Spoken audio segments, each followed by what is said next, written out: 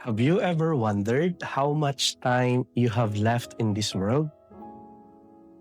There's a doctor, no, told his patient, you only have 1 week left to live.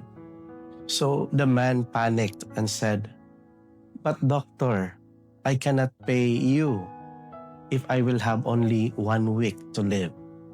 So the doctor replied, okay, I will give you 1 month instead.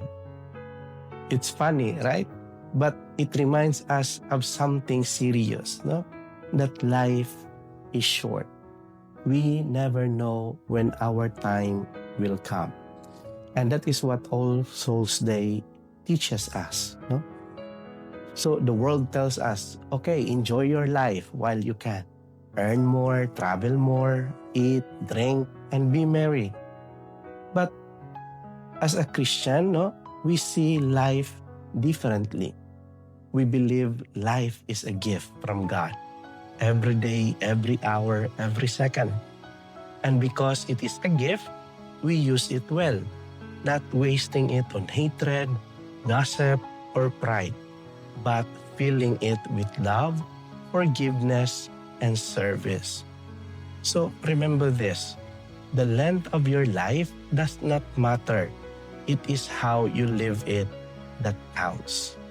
The saints and the faithful departed reminds us that we are just pilgrims passing through because our true home is in heaven. So if you have someone to forgive, forgive now. If you have someone to love, love now. If you have something good to do it now. Do not wait for tomorrow because tomorrow might never come.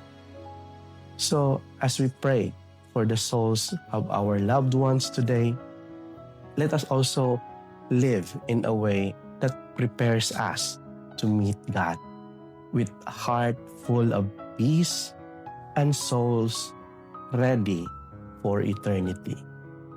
Amen.